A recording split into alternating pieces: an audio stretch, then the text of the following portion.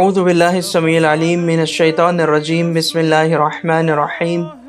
وصلی اللہ علیہ یا ولی العصر ادرکنا ولا تہلکنا۔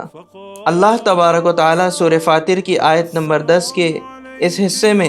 کلمہ طیبہ کا ذکر کر رہا ہے۔ الیہ یصعد الکلم الطیب والعمل الصالح یرفعہ۔ اس آیت کو پڑھنے کے بعد ہمارے ذہن میں سوال آتا ہے کہ اللہ تبارک و تعالیٰ کی مراد کلمہ طیبہ سے کیا ہے؟ تو آئیے اہل بیت علیہ السلام جو کہ اہل ذکر ہیں، جن سے سوال کرنے کا حکم خود اللہ تبارک و تعالیٰ نے دیا ہے،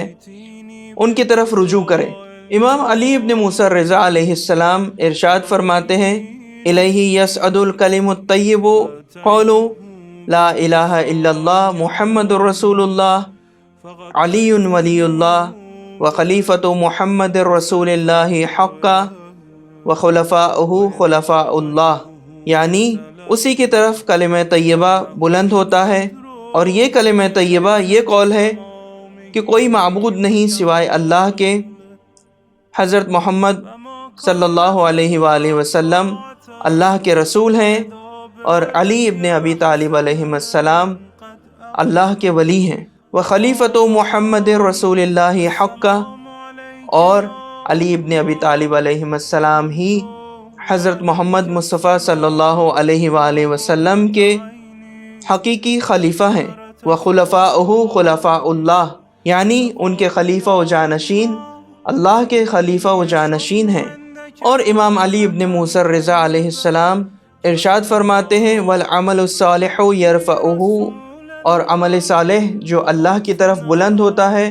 وہ اسی کلمے کا علم ہے جو اس کے دل میں ہے کہ یہی کلمہ صحیح ہے،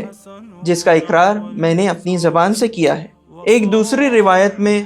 حضرت ابا عبداللہ امام جعفر الصادق علیہ السلام ارشاد فرماتے ہیں، العمل الصالح یرفعہ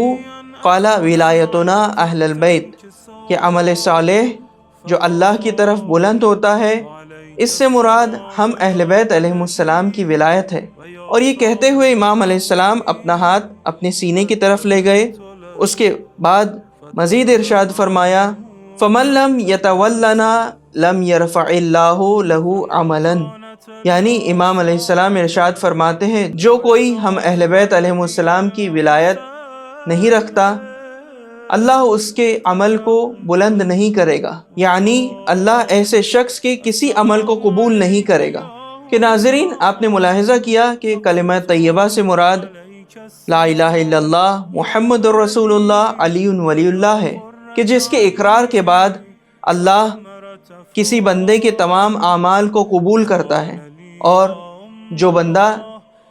اس کلمہ طیبہ کا اقرار نہیں کرتا، ایسے بندے کا کوئی عمل اللہ کی بارگاہ میں بلند نہیں ہوتا، یعنی اللہ تبارک و تعالیٰ ایسے بندے کے کسی عمل کو قبول نہیں کرتا۔ تو ناظرین، آپ نے ملاحظہ کیا کہ کلمہ طیبہ کہ جو اعمال کی قبولیت کی شرط ہے یا اعمال کے رد ہونے کا دار و مدار اسی کلمہ طیبہ پر ہے، یعنی لا الہ الا اللہ سے شروع ہو کر علی ولی اللہ پر ختم ہونے والا کلمہ۔ اللہ تبارک و تعالیٰ سے ہم دعا گو ہیں کہ اس کلمہ طیبہ کی آخری کڑی، آخری جانشین و خلیفہ امام مہدی عجل اللہ تعالی فرجہ الشریف کے ظہور میں تعجیل فرمائے، اور جب تک ہمارا وجود باقی ہے ہمیں اسی کلمہ طیبہ پر ثابت قدم رہنے کی توفیق عنایت فرمائے، آمین یا رب العالمین۔